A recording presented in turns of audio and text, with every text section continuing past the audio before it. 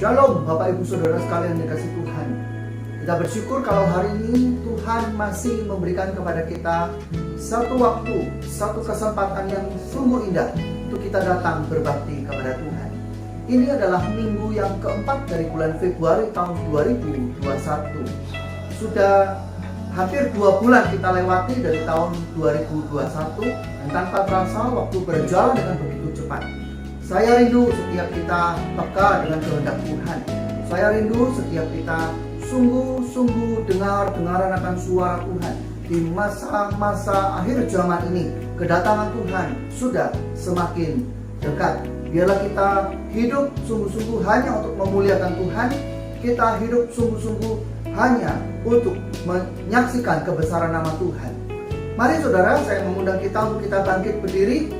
Kita akan mempersiapkan diri kita akan masuk dalam doa, kita akan datang kepada Tuhan dalam ibadah kita pada hari ini.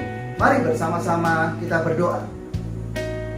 Maha besar Allah Bapa yang kami sembah dan kami kenal di dalam nama Tuhan kami Yesus Kristus. Bapa, kami datang kepadamu, kami mengucap syukur untuk hari ini. Hari di mana kami boleh datang beribadah kepadamu. Hari yang indah di mana kami boleh kembali Tuhan menghadap hadirat-Mu yang kudus. Bapa, sebelum kami datang dalam ibadah kami mohon biar kiranya Roh Kudus menyucikan, melayakkan setiap kami untuk kami datang di hadapan-Mu. Ampuni segala dosa dan ketidaklayakan kami Tuhan, supaya ibadah kami pada hari ini menjadi sebuah ibadah yang berkenan serta menyenangkan di pemandangan Tuhan. Terima kasih Bapa, terima kasih. Kami mau datang beribadah kepadamu dan biar kiranya Engkau memimpin kami dari awal, pertengahan, hingga pada akhirnya Tuhan. Biar akhirnya Roh Kudus bekerja di dalam kehidupan kami. Melalui ibadah kami pada hari ini kami makin mengerti apa yang menjadi kehendak Tuhan di dalam kehidupan kami. Berkati seluruh yang terlibat di dalam ibadah pada hari ini Tuhan. Kau campur tangan dalam apa yang kami kerjakan. Terima kasih Bapa, terima kasih. Kami menyerahkan ibadah ini hanya di dalam nama Tuhan kami Yesus Kristus, Tuhan dan Juru Selamat kami yang hidup.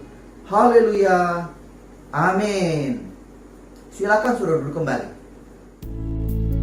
Mari kita bersama-sama naikkan ucapan syukur kita di hadapan Tuhan, karena kasih dan kebaikan-Nya selalu baru dalam hidup kita. Haleluya Yesus. Haleluya. Menaikkan syukur padamu Yesus.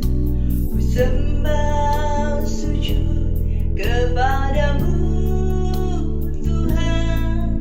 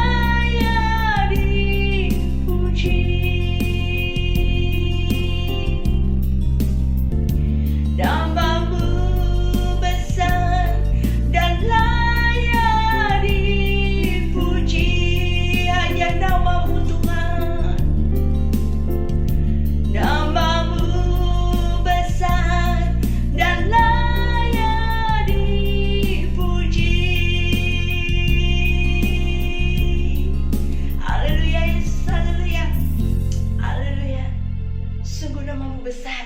Sungguh nama-Mu saja yang layak dipuji. Haleluya Tuhan, haleluya. Mari Bapak Ibu Saudara, kita mau bangkit berdiri. Kita mau bersorak-sorai. Kita mau sorakan hosana bagi Dia. Karena kasih-Nya, karena kebaikan-Nya selalu dalam hidup kita. Haleluya Yesus, haleluya.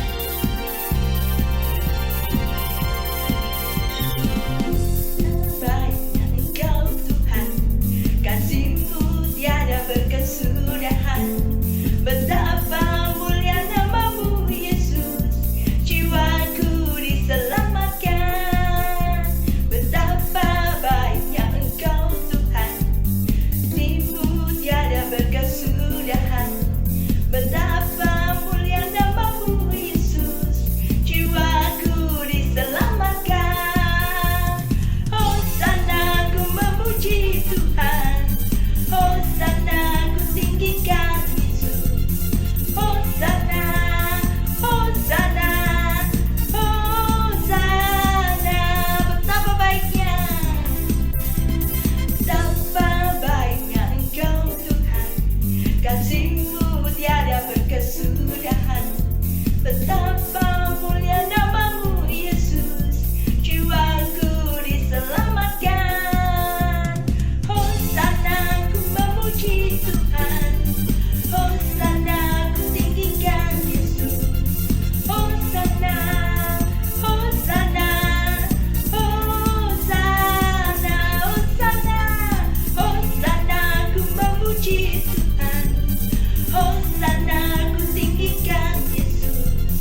Hosana, hosana, hosana, hosana, hosana ku memuji Tuhan, hosana ku tinggikan Yesus. Hosana, hosana, hosana. Hanya dekat Allah saja, dekat Allah saja aku tenang, amin. Daripadanya lah keselamatanku. Hanya Dia gunung batuku, hanya Dia kota bentengku. Aku tidak akan goyah selama-lamanya. Hanya dekat Allah saja aku tenang. Daripadanya lah keselamatanku. Hanya Dia, Dia gunung batuku, hanya Dia kota bentengku. Aku tidak akan goyah selama-lamanya. Tiada ku ragu lagi, ku lagi untuk mengikut-Mu Yesus. Tiada ku ragu lagi untuk melayani-Mu. Walau banyak rintangan dan badai pun menerjang, tiada ku ragu lagi untuk selamanya. Yesus, Yesus sahabatku, penolong dalam hidupku. Rindu semua orang mengenal-Mu. Engkau jalan kebenaran dan memberi hidup yang kekal bagi setiap orang yang percaya padamu. Tiada ku ragu lagi, ku ragu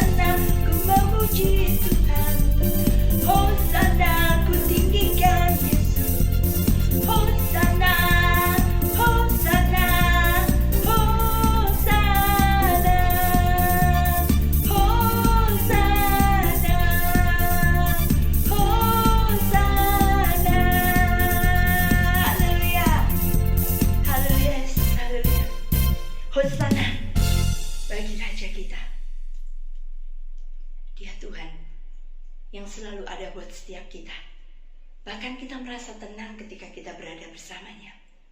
Dia Tuhan yang sempurna dalam segala rencananya.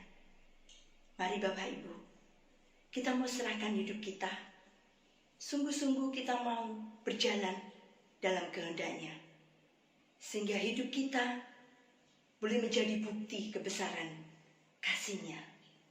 Haleluya Yesus, haleluya. Inilah hidup kami Tuhan. Biarlah hidup kami boleh menjadi bukti kebesaran. Haleluya Yesus, haleluya.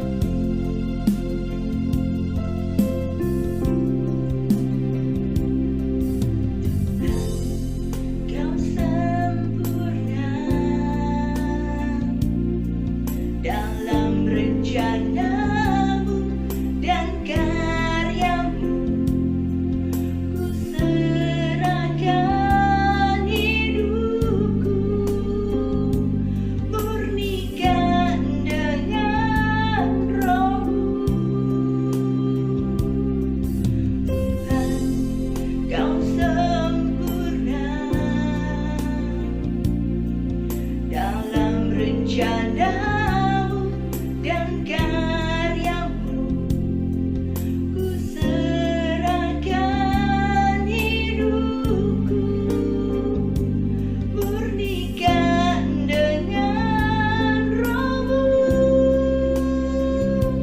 Hidupku menggenapi firman-Mu, tanda mujizat sertai tiap langkahku. Kau bersamaku di dalamku, jadi bukti kebesaran-Mu. Katakan, Tuhan, Kau sempurna dalam rencana-Mu dan karya-Mu. Ku serahkan hidupku, murnikan dengan Roh-Mu. Tuhan, Kau sempurna dalam rencana-Mu dan karya-Mu. Ku serahkan hidupku, murnikan dengan Roh-Mu. Hidupku menggenapi firman-Mu, tanda mujizat sertai tiap langkahku. Kau bersamaku di dalamku, jadi bukti kebesaran-Mu. Hidupku menggenapi firman-Mu, tanda mujizat sertai tiap langkahku. Kau bersamaku di dalamku, jadi bukti kebesaran-Mu. Jadi bukti kebesaran-Mu. Jadi bukti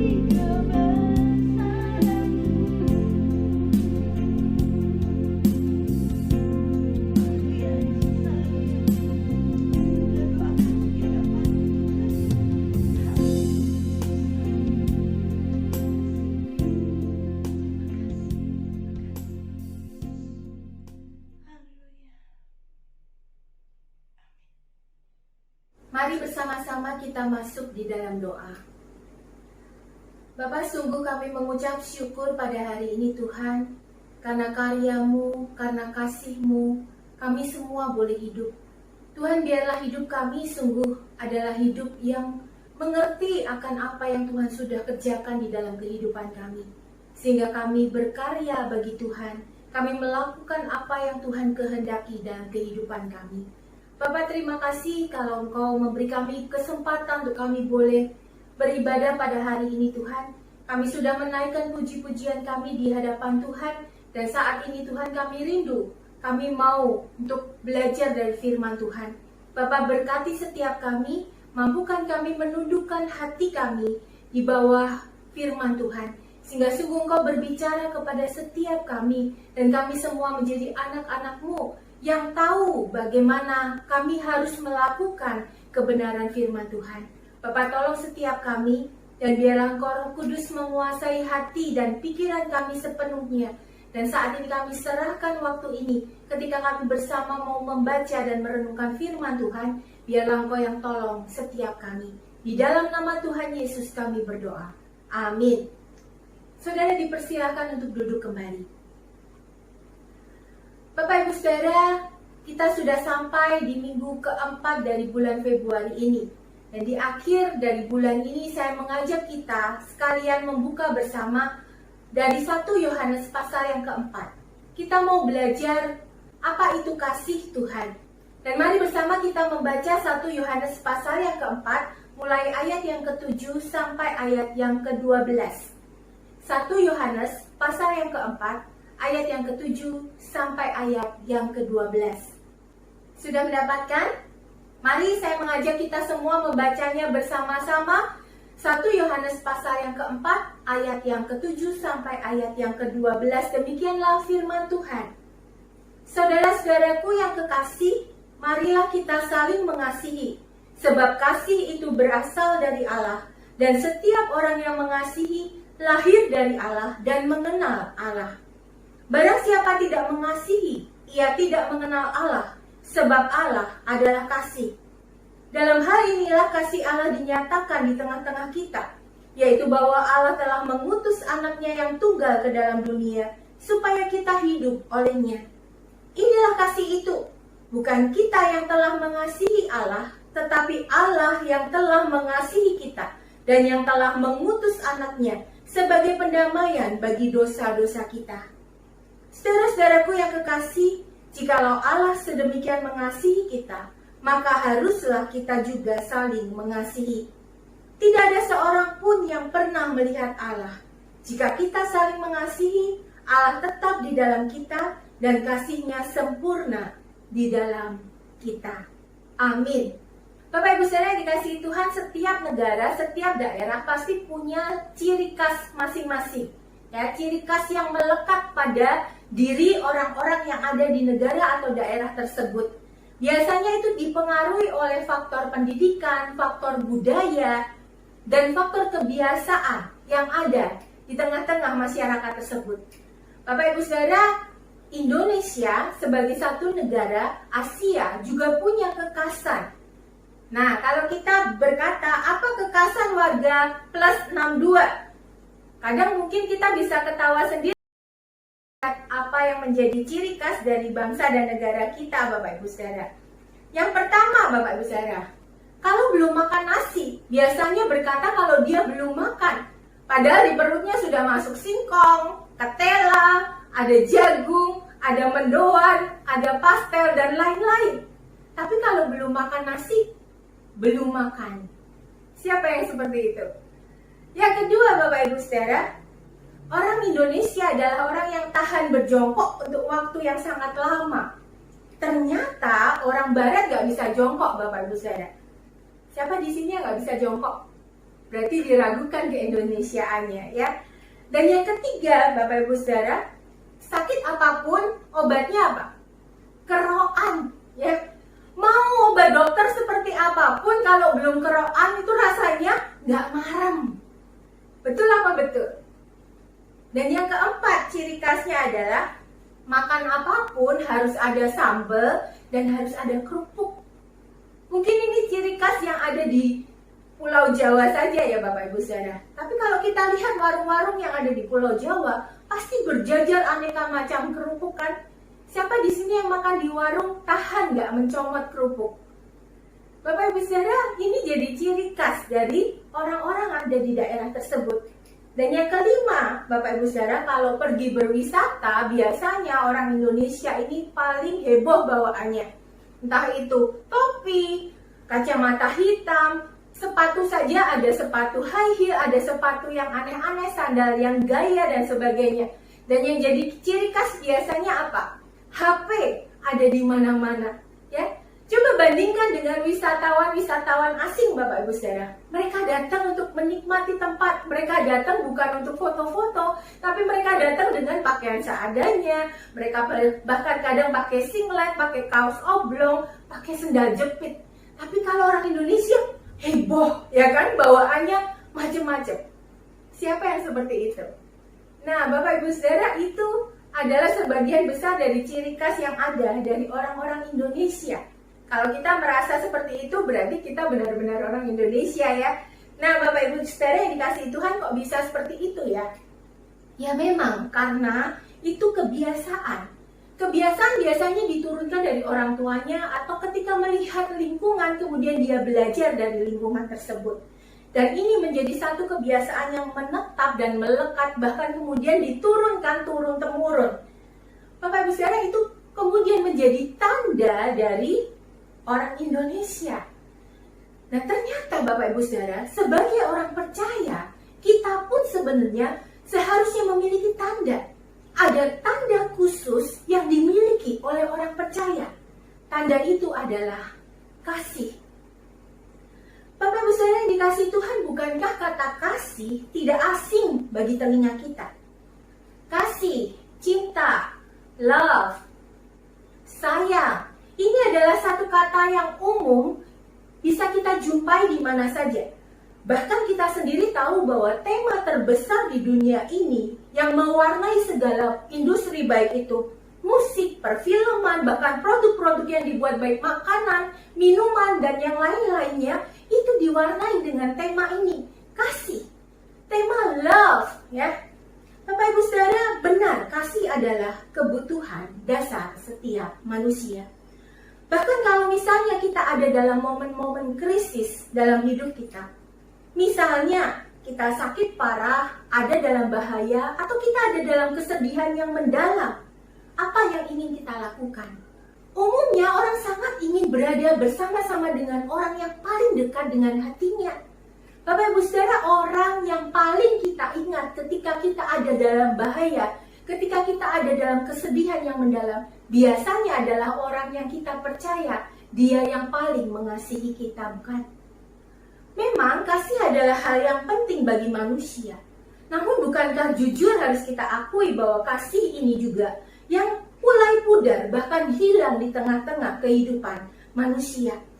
Begitu banyak anak yang tumbuh di dalam kehausan akan kasih, karena mereka kehilangan kasih juga dari keluarganya, dari rumahnya. Bapak Ibu Saudara, bukankah kemudian banyak remaja yang jatuh dalam pergaulan bebas karena mereka merasa mereka bisa menemukan kasih di sana? Bahkan berapa banyak keluarga yang kemudian diwarnai dengan perselingkuhan karena mereka tidak mendapatkan kebutuhan mereka akan kasih. Bahkan berapa banyak kita jumpai, termasuk dalam kalangan kekristenan, gereja-gereja yang mulai kehilangan kasih dan tidak ada rasa kasih itu lagi di antara sesama jemaat Tuhan. Lalu mengapa kasih itu bisa hilang? Jika kasih itu begitu penting bagi manusia, mengapa justru kasih itu sekarang seolah menjadi barang langka? Karena sebenarnya dunia ini tidak pernah menawarkan kasih yang sejati. Dunia ini hanya memantulkan kasih. Dan karena cerminnya rusak karena dosa, maka kasih yang dihasilkan juga kasih yang tidak sempurna. Sebenarnya dari awal manusia jatuh ke dalam dosa sampai sekarang, manusia itu kehilangan yang namanya kasih yang sejati itu. Karena itulah Bapak Ibu Saudara, manusia harus mendapatkan kasih dari sumber yang tepat. Dan bagian ini menunjukkan kepada kita kasih yang sejati itu. Kasih yang berasal dari Allah. Dikatakan di dalam bagian ini kasih berasal dari Allah. Dan setiap orang yang mengasihi lahir dari Allah dan mengenal Allah. Yohanes menuliskan satu tanda yang seharusnya dimiliki oleh orang percaya. Dan tanda itu adalah kasih. Mengapa kasih menjadi tanda dari orang percaya? Mari kita lihat di ayat yang ke-8. Ayat ke-8 mengatakan Allah adalah kasih. Bapak Ibu Saudara, ini tidak bisa dibalik ya. Kasih adalah Allah. Kasih belum tentu Allah, tapi Allah adalah kasih. Orang yang sungguh-sungguh mengenal Allah, dia pasti mengenal kasih. Dia mengerti makna kasih, bahkan dia merasakan dan mengalami kasih Allah itu di dalam kehidupannya, sehingga dia bisa mempraktekkan kasih yang benar sesuai yang Tuhan sudah tunjukkan kepada dia. Logikanya jelas Bapak Ibu Saudara. Seseorang yang mengenal, dia pasti tahu. Dia punya pengalaman, bahkan ada relasi yang terjadi dengan sang sumber kasih itu. Kalau Tuhan adalah kasih, maka orang yang percaya kepada Tuhan pasti merasakan, pasti mengalami, bahkan pasti berelasi dengan kasih itu. Bapak Ibu Saudara, banyak orang salah memahami. Mereka menganggap kasih itu pasti berasal dari yang baik, atau bisa dikatakan berasal dari Tuhan. Makanya banyak orang berlomba-lomba melakukan tindakan kasih. Bukankah di tengah kasih yang semakin hilang masih ada banyak orang yang berlomba menyumbang, berderma, memberi perhatian, melakukan kegiatan sosial, melayani, dan sebagainya? Mereka pikir mereka sedang melakukan kasih. Ini menjawab mengapa di tengah kegiatan yang dianggap mulia itu ada penyelewengan, ada korupsi, bahkan ada tujuan-tujuan yang hanya ditujukan untuk kepentingan dirinya sendiri. Karena memang kasih bukan Allah. Tindakan kasih tidak selalu identik dengan Allah dan tidak selalu bersumber dari Allah. Bapak Ibu Saudara, Allah adalah kasih dan ini adalah hakikat dari Allah. Allah tidak bisa dipisahkan dari kasih. Kasih yang benar harus bersumber dan berasal dari Tuhan. Di ayat yang ke-7 dan 8, Yohanes menuliskan, kalau kita mengasihi, maka orang lain atau dunia ini bisa melihat bahwa kita berasal dari Allah dan kita lahir dari Allah. Artinya ada standar kasih yang berbeda antara orang percaya dengan dunia ini. Orang yang mengenal Allah pasti tahu ada satu tindakan kasih Allah yang di luar nalar manusia. Kalau kita baca ayat yang ke-9 Bapak Ibu Saudara, Allah telah mengutus anaknya yang tunggal ke dalam dunia. Buat apa? Ayat yang ke-10, sebagai pendamaian bagi dosa-dosa kita. Saudara, siapa di sini yang punya anak? Seberapa rela saudara berkorban demi anak? Oh, kalau buat anak apapun akan kulakukan. Bukankah begitu? Bapak Ibu Saudara, ada banyak orang bahkan rela menjual asetnya yang miliaran demi penyembuhan anaknya yang sakit. Tapi orang tua mana yang bisa mengorbankan anaknya? Bapak Ibu Saudara, pernah dengar sebuah cerita tentang seorang penjaga kereta? Dia bertugas di sebuah tempat perbatasan, yaitu jembatan dan sebuah jalur kereta api. Kalau kereta akan lewat, dia harus menarik tuas untuk membuat jalan kereta itu turun. Tapi jika ada kapal yang mau melintas di bawah, maka dia harus menarik tuasnya dan membuat jembatan itu naik sehingga kapal bisa lewat di bawahnya. Bapak Ibu Saudara, satu kali dia harus mengajak anaknya untuk bekerja. Dan tibalah di jam di mana kapal akan lewat. Dia menarik tuas di tempat penjagaannya sehingga jembatan itu naik. Dan kemudian kapal itu bisa melintas di bawahnya. Tapi kemudian Bapak Ibu Saudara, dia mulai sadar bahwa dia kehilangan anaknya. Loh, dia cari di mana-mana anaknya nggak ada. Tiba-tiba dia mendengar satu suara, "Pak, tolong Pak! Pak, tolong Pak!" Bapak Ibu Saudara, dengan hati yang gemetar, dia sudah tahu sesuatu yang gawat yang terjadi. Dia kemudian berlari Bapak Ibu Saudara, dan dia jumpai ternyata pintu tempat mesin itu terbuka. Jantungnya langsung berhenti berdetak Bapak Ibu Saudara. Dan dia kemudian melihat ke bawah. Dan dia melihat bahwa anaknya sedang terjepit di antara gerigi-gerigi yang menggerakkan tuas jembatan tersebut. Bapak Ibu Saudara, dia melihat jam dan dia tahu bahwa sebentar lagi kereta akan lewat. Kalau dia tidak menurunkan jalur kereta api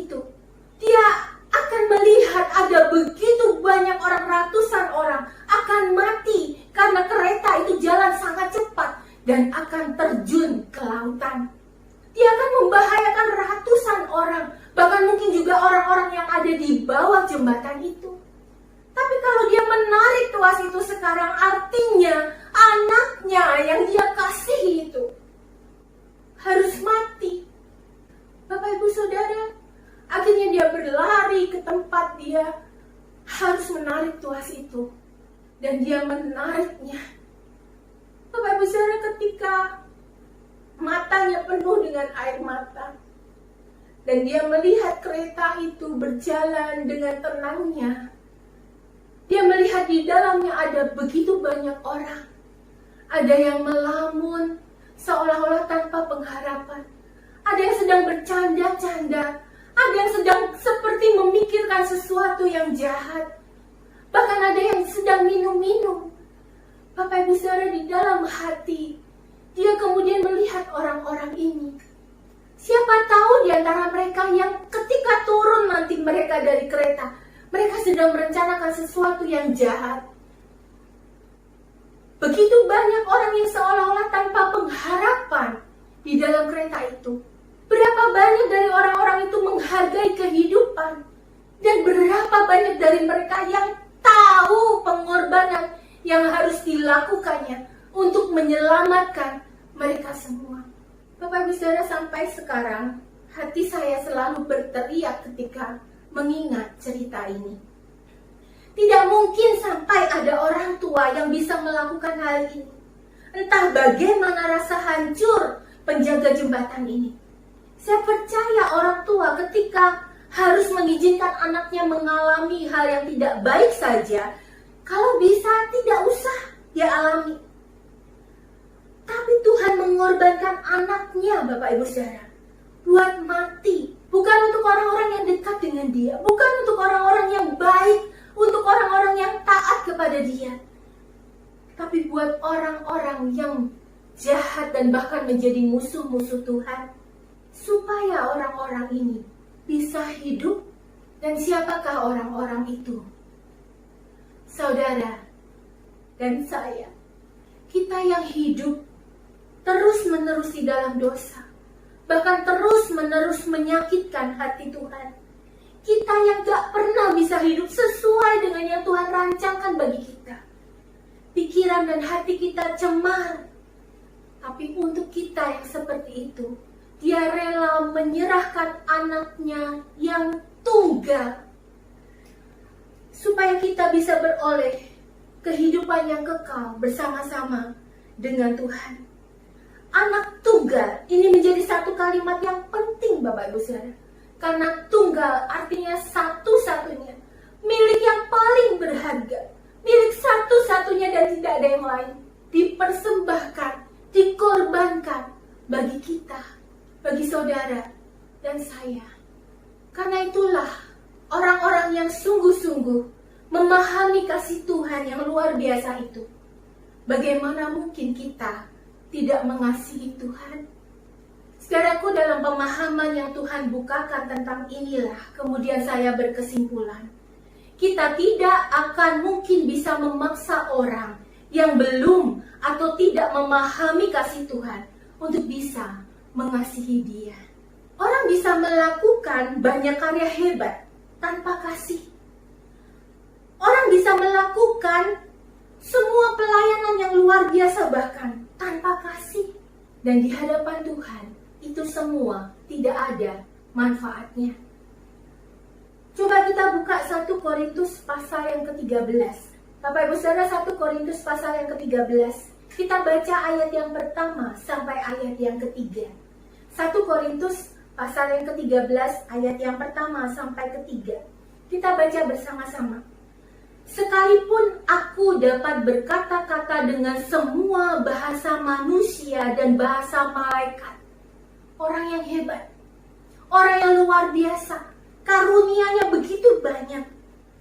Tapi dikatakan di situ, tetapi jika aku tidak mempunyai kasih, aku sama dengan gong yang berkumandang dan canang yang gemerincing. Sekalipun aku mempunyai karunia untuk bernubuat, dan aku mengetahui segala rahasia dan memiliki seluruh pengetahuan, dan sekalipun aku memiliki iman yang sempurna untuk memindahkan gunung. Tapi jika aku tidak mempunyai kasih, aku sama sekali tidak berguna. Dan sekalipun aku membagi-bagikan segala sesuatu yang ada padaku, tindakan kasih seperti apapun, kemurahan seperti apapun, bahkan menyerahkan tubuhku untuk dibakar, tapi jika aku tidak mempunyai kasih, sedikit pun tidak ada faedahnya bagiku. Bapak Ibu Saudara, jelas ini menjawab semua mengapa tindakan kasih tidak relevan jika tanpa didasarkan pada kasih yang dari Tuhan. Bapak Ibu Saudara, melalui pandemi ini, Tuhan mengajarkan saya sekali lagi melihat hal itu. Dalam kondisi normal, mengasihi Tuhan dan sesama dengan sungguh-sungguh atau tidak, mungkin terlalu sulit untuk dibedakan. Karena semua tampak normal dan mudah untuk dikerjakan. Kita bisa melayani, kita bisa melakukan banyak hal untuk orang lain. Namun kita lihat Bapak Ibu Saudara, setahun pandemi ini berlangsung, berapa banyak orang yang masih setia melayani dan melakukan perhatian kepada sesamanya. Berapa banyak orang yang masih setia beribadah kepada Tuhan. Nanti ya, kalau pandemi sudah selesai, saya pelayanan lagi. Sekarang terlalu banyak kendala. Bapak Ibu Saudara, mereka yang berdalih seperti ini lupa bahwa kendala dialami oleh semua orang. Tapi masih ada orang-orang yang berani bayar harga yang lebih untuk melakukan yang terbaik buat Tuhan, bukan? Ketika kita membiarkan saudara kita membayar harga yang lebih karena ketidakmauan kita berperan, bukankah pada saat itu kita sedang tidak mengasihi saudara kita? Dan bagian ini jelas mengatakan orang yang tidak mengasihi saudaranya berarti membenci saudaranya. Jika ada orang yang berkata kering ibadah online, mungkin kita harus bertanya bagaimana hidup kerohanian kita selama ini secara pribadi di hadapan Tuhan. Memang tidak dapat disangkal Bapak Ibu Saudara, kita butuh persekutuan dengan saudara seiman. Tapi bukankah ada Google Meet? Bukankah ada video call? Bukankah ada begitu banyak cara yang bisa kita kerjakan Bapak Ibu Saudara untuk menyatakan kasih dan perhatian kita kepada sesama kita? Bapak Ibu Saudara, bukankah orang yang saling mencintai, saling mengasihi, sekalipun harus terpisah ribuan mil jauhnya, juga akan mengupayakan supaya dia masih bisa menyatakan perhatian dan kasihnya kepada orang yang dia kasihi itu. Orang yang sungguh-sungguh mengalami kasih Tuhan tidak akan bisa tidak mengasihi Tuhan. Mengasihi, melayani, memuji bisa dilakukan tanpa kasih yang sungguh-sungguh. Dan ini terlihat ketika orang menghadapi tantangan dan kesulitan. Tetapi orang yang sudah mengalami kasih Tuhan, dia pasti akan mengasihi sesama.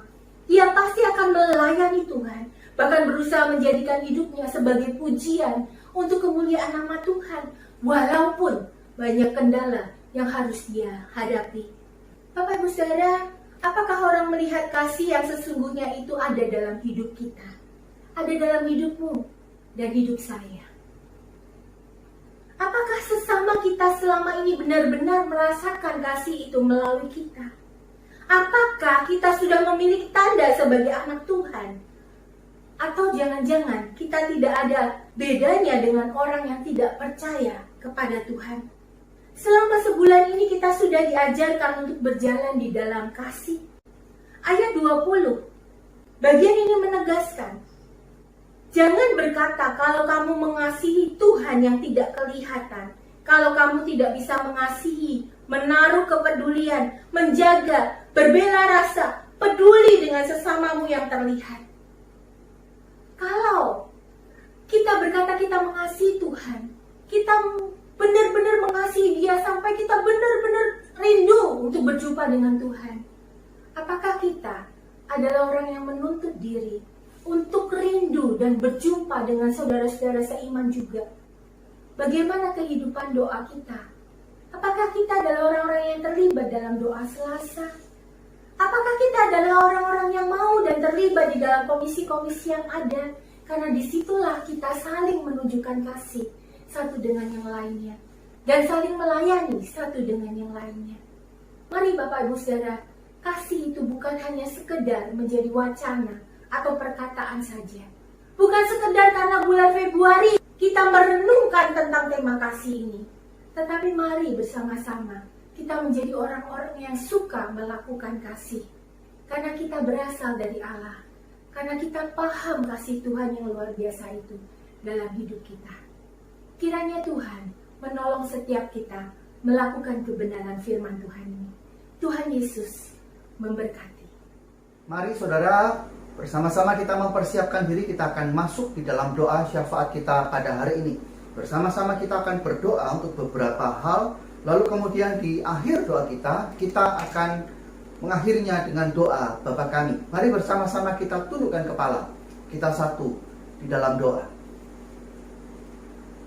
Bapa, kami datang kepadamu pada hari ini, kami mengucap syukur Tuhan buat kebenaran firman yang sudah boleh bersama-sama kami dengar, kami renungkan pada hari ini. Bapak, secara khusus 1 bulan ini kami sudah belajar tentang apa artinya berjalan di dalam kasih.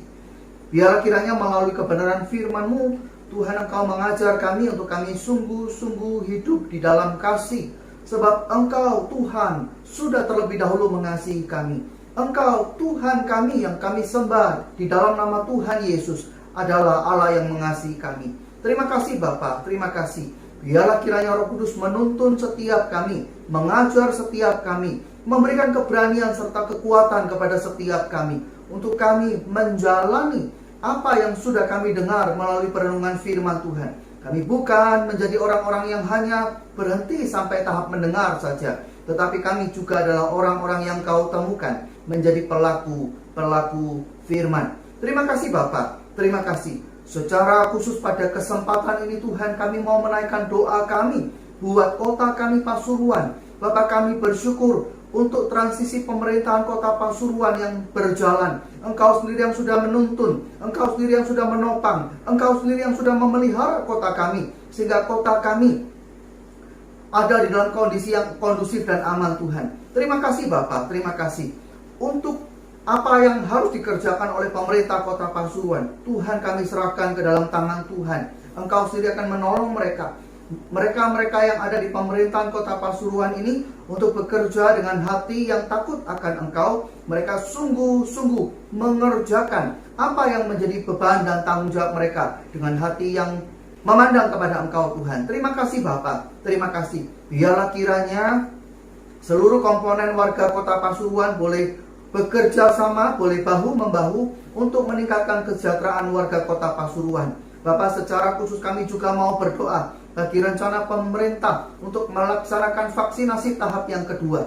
Bapak, kami menyerahkan rencana ini, kami menyerahkan kecukupan vaksin yang diperlukan, kami menyerahkan juga pelaksanaannya sampai ke level puskesmas di daerah-daerah. Bapak, Engkau sendiri akan menolong supaya makin banyak warga masyarakat yang boleh mendapatkan vaksinasi ini, sehingga kekebalan tubuh masyarakat terhadap virus COVID-19 makin meningkat Tuhan. Biarlah kiranya kami rindu Tuhan, pandemi ini segera boleh diakhiri dan warga kota Pasuruan boleh beraktivitas secara normal sama seperti dahulu kala. Terima kasih Bapak, terima kasih. Berdoa juga untuk para pemimpin gereja yang ada di kota Pasuruan, para pendeta, majelis, penata layan, aktivis gereja. Tuhan, Engkau memberkati mereka-mereka yang bekerja di ladang Tuhan. Engkau campur tangan di dalam apa yang mereka kerjakan. Kuasa Roh Kudus nyata atas kehidupan mereka. Bapak, biarlah kiranya kuasa-Mu, nama-Mu makin dimuliakan melalui apa yang mereka kerjakan. Terima kasih Bapak, terima kasih. Biarlah kiranya orang-orang percaya yang hidup di kota Pasuruan secara khusus boleh menjadi garam dan terang, boleh menjadi saksi-Mu di mana mereka berada, di mana mereka Kau tempatkan Tuhan. Mereka boleh membawa kemuliaan bagi nama Tuhan. Terima kasih Bapak, terima kasih. Kami juga mau berdoa Tuhan untuk sidang jemaat Gereja Pantai Kosta Immanuel Pasuruan dimanapun mereka berada. Tuhan, hamba secara khusus mohonkan berkat-Mu untuk mereka, dimanapun mereka Kau tempatkan Tuhan untuk bekerja. Engkau memberkati pekerjaan mereka. apa yang mereka kerjakan, baik itu di dalam rumah, baik itu di luar rumah, Engkau campur tangan Tuhan. Engkau memberkati keluar dan masuk mereka. Jauhkan dari segala perkara yang tidak berkenan dari hadapan Tuhan. Engkau usir segala kuasa-kuasa yang tidak berkenan dari hadapan-Mu Tuhan. Sehingga kami sungguh-sungguh bisa menjalankan tugas, fungsi dan peran kami sebagaimana yang Kau kehendaki. Terima kasih Bapa, terima kasih. Hamba berdoa buat jemaat yang masih bergumul dengan sakit penyakit dan kelemahan tubuh. Kami berdoa di dalam nama Tuhan kami Yesus Kristus. Tuhan, kami percaya di dalam nama Yesus ada kuasa yang besar. Di dalam nama Yesus ada kekuatan untuk melawan segala hal yang tidak berkenan dari hadapan-Mu. Bapa, di dalam pergumulan melawan sakit penyakit ini, biarlah Kau berikan iman Tuhan untuk boleh memandang kepada Engkau. Hati mereka, pikiran mereka hanya tertuju kepada apa yang Engkau kehendaki Tuhan. Mereka tidak menjadi lemah, mereka tidak menjadi lesu imannya, tetapi mereka tetap kuat Tuhan di dalam Engkau. Terima kasih Bapa, terima kasih. Dalam masa-masa ini Tuhan berikan kepada kami hati seorang hamba yang makin peka terhadap apa yang menjadi kehendak Tuhan. Jangan biarkan kami terlena Tuhan di dalam waktu-waktu ini, tetapi kami makin waspada. Kami menjadi orang-orang yang hidup dengan bijaksana, yang mempergunakan waktu yang ada dan tidak menyia-nyiakannya untuk perkara-perkara yang sementara saja sifatnya. Terima kasih Bapa, terima kasih. Ini seru doa kami naikkan di dalam nama Tuhan kami Yesus Kristus yang sudah mengajar kami berdoa demikian. Bapa kami yang di surga, dikuduskanlah namamu, datanglah kerajaan-Mu, jadilah kehendak-Mu di bumi seperti di surga. Berikanlah kepada kami pada hari ini makanan kami yang secukupnya, dan ampunilah kami akan kesalahan kami seperti kami juga mengampuni orang yang bersalah kepada kami. Dan janganlah membawa kami ke dalam pencobaan, tetapi lepaskanlah kami daripada yang jahat. Karena Engkaulah yang mempunyai kerajaan dan kuasa dan kemuliaan sampai selama-lamanya. Amin.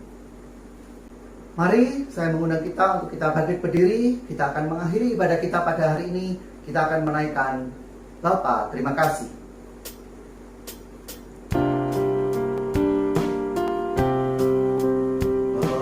Bapa, terima kasih. Bapa, terima kasih.